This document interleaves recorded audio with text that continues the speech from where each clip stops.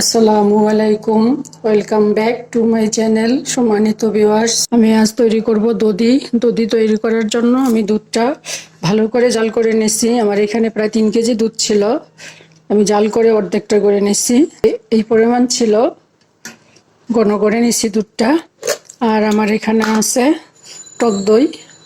আমি এই টক দইটা দই বীজ হিসাবে ব্যবহার করব।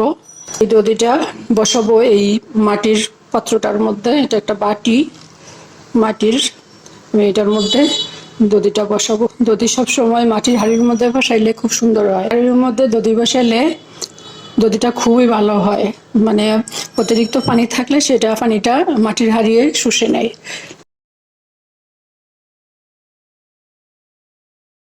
প্যানের মধ্যে আমি চিনি দিয়ে দিলাম, চিনিটা আমি একটু ক্যারামেল করে নিব। চিনিটা গলে আসছে,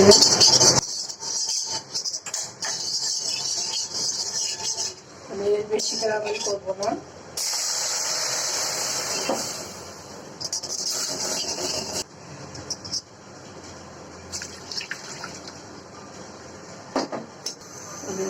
চিনি দিব,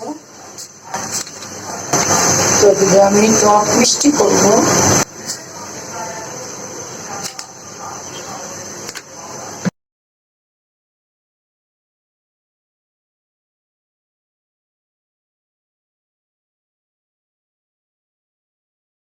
আমি আর 1 কাপ দুধ এখানে মিশিয়ে দেব।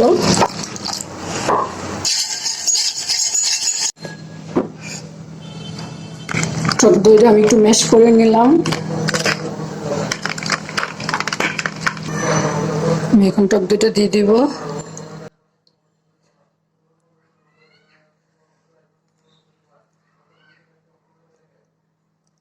সবটা বাটি আমি ঘুরিয়ে নিব টক দইটা দিয়ে।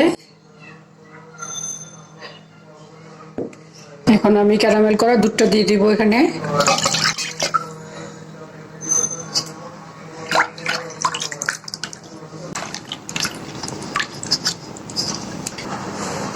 এই বাটিটা আমি প্যাকেটটার ভিতরে বসিয়ে দিলাম। এখন আমি এটা ঢেকে দিব। এখন আমি মুখটা বন্ধ করে দিব।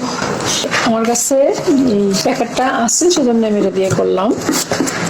এই কাজটা ভারী কাপড় দিয়ে, তোয়ালে দিয়েও করা যায়, ভারী কাপড় দিয়েও করা যায়। আমি এখন এটা রবি রেখে দিব, সারা রাত থাকবে এখানে। আল্লাহর মতে সকালে বের করে দেখবো কি অবস্থা।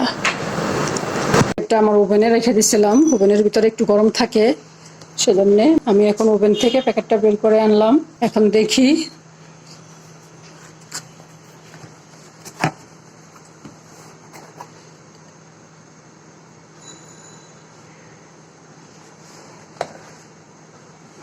যে দেখুন যে আমি তৈরি করে ফেললাম দই। এই যে দেখুন। আমার আজকের ভিডিওটি ভালো লাগলে প্লিজ একটা লাইক দিবেন, কমেন্ট করবেন, আপনাদের ফ্রেন্ডস এন্ড ফ্যামিলির সাথে শেয়ার করবেন।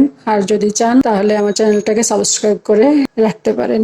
আজ তাহলে এ পর্যন্তই। আল্লাহ পাক আমাদের সবাইকে সুস্থ রাখুন, ভালো রাখুন, আমিন। আল্লাহ হাফেজ। একটু কেটে দেখাচ্ছি,